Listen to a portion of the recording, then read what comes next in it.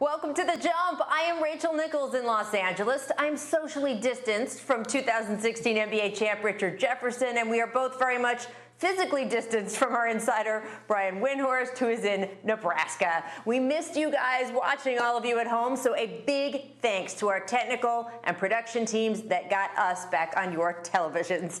And coming up, we'll have a special supersized distant replay looking back at Kobe Bryant dropping 60 in his final game 4 years ago on this date. But first, I want to check in on the NBA's latest planning. Brian, the league, of course, still has no idea when it could get the all-clear to start a path back to basketball. But are they any closer on figuring out what they'll do once that all-clear comes? Yeah, they're not going to really make any decisions on anything, Rachel, until after May 1st. But Adam Silver has told everybody in the league, look, if you've got ideas, no matter how big or how small, bring them to us right now. And as I've talked to people across the league, the interesting thing teams are working on right now is what will happen when they can come back to it. And then the plan that some people are working on is a 25-day plan, which would be 11 days of individual workouts, so there'd still be some social distancing. And then if they get clearance from all the health officials, 2 weeks of 5-on-5 training camp. And whether those days are exact or not, what's important to realize coming out of this is that when we get the all clear, it's going to be a while before we can play games. They've got to ramp everything back up. No, and that's really the problem to me is when you look at, if you were to have a 2-week layoff, a 3-week layoff, but we don't know when the layoff is going to be done. And Brian, you said it. That's basically 3.5 weeks before you would even possibly play a game. I don't want to be Debbie Downer here. That's not it. But just we need to start preparing mentally and emotionally for some of us that the season is probably not going to return. I'm not getting this based off of any inside information. I'm just really just viewing it based off of how it's going to be able to get done. It just looks like that's the reason why Adam Silver is like, if anybody's got any ideas, please shoot them because we're searching. I need to get that Debbie Downer music for you, Richard. Thank Come on you. now.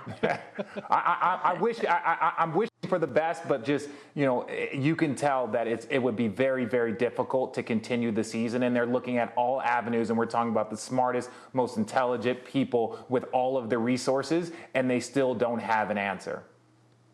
Well, look, Mark Cuban has gone on TV a few times during this shutdown and said most recently, we could play NBA games in August. He said there's no rules anymore. I know the Masters is planning on trying to play in November, so we will just, of course, keep tracking all of this. I want to move on to the Utah Jazz because Rudy Gobert, of course, the first NBA player to test positive for COVID-19, and teammate Donovan Mitchell, who tested positive shortly afterwards, said it took him, quote, a while to cool off at Gobert, especially after seeing some video of Gobert being particularly careless about spreading the virus.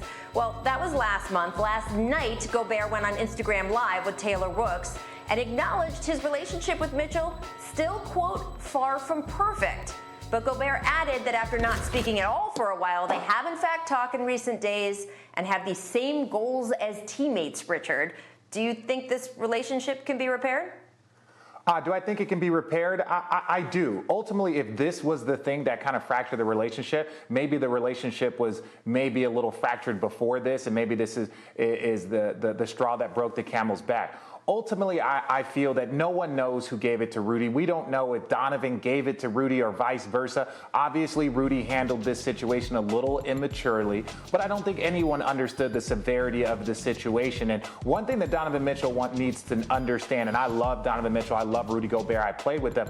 Rudy Goberts don't grow on trees. So, you know, before you start making that this can't be repaired and you're forcing the Utah Jazz to pick between you and him, Defensive Player of the Year, guys like that, if you truly want to win, then you have to put aside some of those things and just focus on, hey, this man helps us win games. In the 70-plus year history of the NBA, everything we've seen, we've never seen two all-star teammates potentially give a pandemic virus to each other. We just haven't seen it. So we really just don't know what's going to happen here. But I would say, knowing these two guys and the spirit of unity that will happen when the NBA comes back, I'm going to bet on them getting back together. Yeah, and it could be months down the road, too. So time heals, I guess, right? Mm-hmm. So. Thank you for watching ESPN on YouTube. For live streaming sports and premium content, subscribe to ESPN+.